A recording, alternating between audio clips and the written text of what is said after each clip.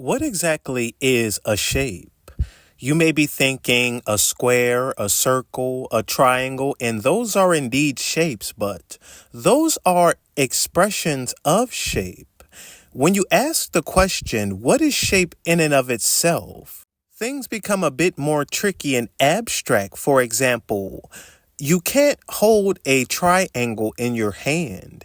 You can only hold something that is shaped like a triangle because what a triangle is, it is abstract. It is imaginary, an idea. And what shape is, it is more akin to a blueprint or a model that energy follows. A Platonic way of thinking about this is through this idea of form. This is the word that they use. You can conceptualize it as this, that water will flow into whatever type of container and take the shape of what's containing it. In this same vein, everything that you perceive within reality, you can imagine that energy is flowing into some sort of imaginary container. And the simplest expressions of these containers are what we call shapes.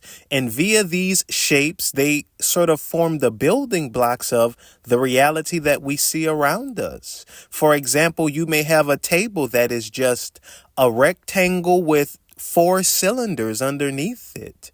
These shapes are simply an expression of space. And within this 3D space that we all occupy, space can only express itself in so many different ways. There are only 3 axes through which it can do so, and we have pretty much cataloged all of these. It's what we call geometry. So you start off with this energy, and without anything to hold it, without anything to keep it in check, it would just be all over the place and sporadic. And what form is, like water flowing into a container, it is like this blueprint that this energy follows. And I am going somewhere with all of this, but you have to first understand this concept of form, that humanity, what it means to be a human being, is your behavior. What energy is, it is like this mysterious force that we don't really understand where it comes from. But ultimately, energy is some sort of invisible force that forces behavior. A physicist would just say that energy is the capacity to do work. Not work as in you going to your job, but W work as in science. In layman's terms, what this means is energy is simply the capacity for things to happen. That is the best working definition that we have of it. And anyone who tells you anything else is selling you something. Energy is the capacity to do work, which is simply put, the capacity for things to happen. And this ultimately results in behavior. And this behavior follows a pattern. And where this pattern ultimately comes from, or what it winds up actually being, is, if you follow this Platonic line of thinking, it comes from form. Form is this extra dimensional blueprint that dictates the pattern of behavior that energy follows. And I say all of this to say that the same way your observed 3D physical reality is the result of energy flowing into forms, human behavior is the same. These are what's called archetypes. The same way this Platonic idea of energy flowing into a form like water and taking its shape, human behavior is a form of energy that is flowing into a form. Archetypes are sort of like the shapes that human behavior takes. And the same way your physical reality is comprised up of various combinations of shapes, human behavior is simply comprised up of various different archetypes. And I ultimately believe that there are many. There are the stereotypical ones that perhaps you may have heard of, such as hero, a villain, the trickster, the joker. I think that there are many of them, beyond the 12 Jungian archetypes. Most of my viewers are males. And if you are a male, I'm sure at some point in your life you've heard someone say, be a man. But what does that mean, be a man? A man is this specific group of behaviors, this specific pattern of behaviors that form an archetype so that when everyone sees it, they instantly know what it is. The same can be said for women. I'm sure the women listeners have heard someone say that's not very ladylike. The same logic applies. There are all of these various archetypes that we embody at any given moment in time, and no person is a monolith. The same way that within the physical reality, you aren't going to find a perfect square.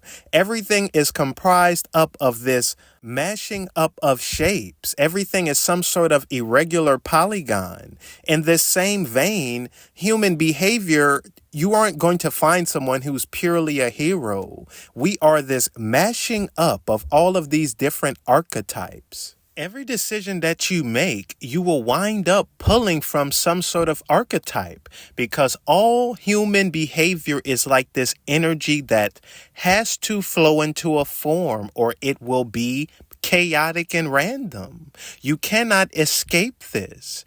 If, for example, if your father who abandoned you finally passes on, your father who abandoned you finally passes on, do you go to the funeral? No matter what you choose to do, you will be pulling from an archetype. This decision will flow into a form, and this form ultimately depends upon your own internal convictions. You may choose to go out of forgiveness. You may choose to go out of hatred, and you wanted to see the body and triumph over it. It's all determined by your own inner convictions, which is the most interesting part to me, because this implies that it is all based on feeling. No one wakes up one day and decides that I'm going to be a villain. I'm going to be a fool. It's more like something that happens to you. Every day we are faced with decisions and we act out our feelings. This is what it means to be a human being. Even the decision to try and repress your feelings and make decisions based on some sort of arithmetic or logic, that is ultimately a feeling that you are acting out. And being in touch with this process, you can sort of feel the drama of the human experience. It's almost like we are some sort of biological living opera. What the human experience is, it is the dynamics between all of these various archetypes interacting with each other. Think about the dynamics between woman and man. You have master and servant, student and teacher, hero and villain. These are some of the most obvious surface level dichotomous relationships. But what happens when the master meets the fool? What happens when the hero meets the woman? What happens when the student meets the villain? Sometimes the student is the villain. We see all of these various archetypes with all of this various interplay and these wild and kooky dynamics. In the same way that your physical 3D reality is comprised up of all of these different combinations of shapes, human behavior, it is made up of all of these different combinations of archetypes. And we are all ultimately playing out some sort of character, which winds up being us. We are a very unique combination of archetypes. It's obvious to me that human behavior is some sort of opera. We are like characters on a stage, acting out our feelings. And where our feelings come from, it is our own unique story that we cannot change. I'm sure you know by now, it's almost impossible to change the way that you feel. It's something that just comes from within you, and you act it out every day, and there is just no getting around it. I don't care how logical and rational that you think you are. If you come home and your boyfriend or girlfriend is cheating on you, you aren't going to use facts and logic to explain how they were wrong. It's not going to be like that at all. Because what it means to be a human being, what the human experience is, it is emotion in action. It's like this alchemical transmutation of emotion into an actual physical manifestation in reality. Or as I commonly phrase it, it is the facilitation of the imagination becoming real. And when you are actually in tune with what's happening, I believe this is the most common way that normies or normal people, it is the most common way that you can experience magic. You know, I talk about magic often on this channel. When you are in touch with this human experience, you can sort of feel the drama of the human experience unfold. You literally feel like you're in some sort of movie, because ultimately I believe that we kind of are. And I guess this is where this video takes its typical third-eye Tyrone kooky turn.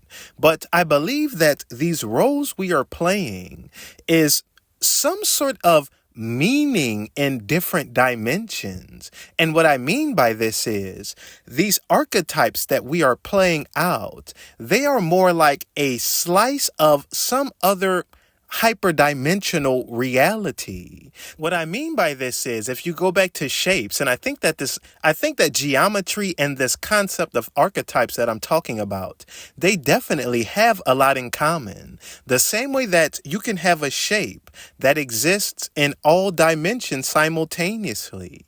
This is the same thing that applies to archetypes.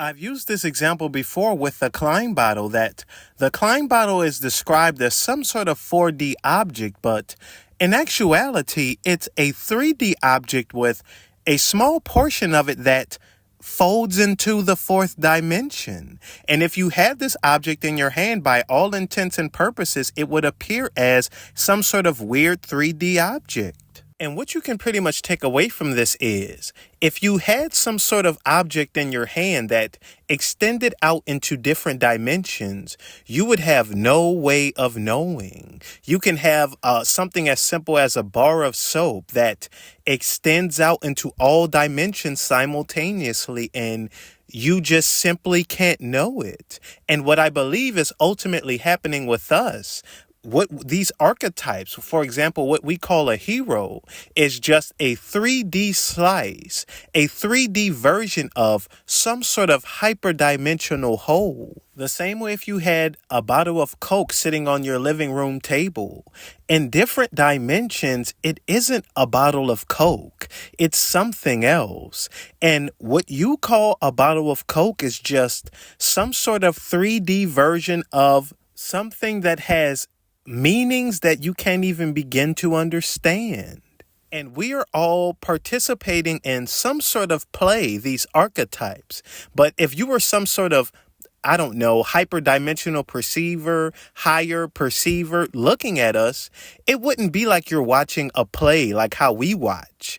It would collapse into some sort of meaning. The same way that if you look at a plant, you don't see photosynthesis, you don't see cell division, you don't see this tiny little ecosystem of all of these microorganisms. All of those factors collapse into a meaningful experience that you call beauty. You could, in a sense, say that this plant you are looking at is putting on a show for you. It is acting out some sort of opera. All of these different parts are coming together to form some sort of cohesive whole that, to you, is some sort of meaning. And the same thing applies for us, that the way that we are behaving, our behavior, when viewed at from some other higher perspective, perhaps it all collapses into some sort of meaningful object, meaningful event. And this is pretty much what all spirituality has been saying, that the way that you behave on this 3D plane somehow becomes your form in some other place. It somehow impacts you in some other plane. It is rather interesting to think about that.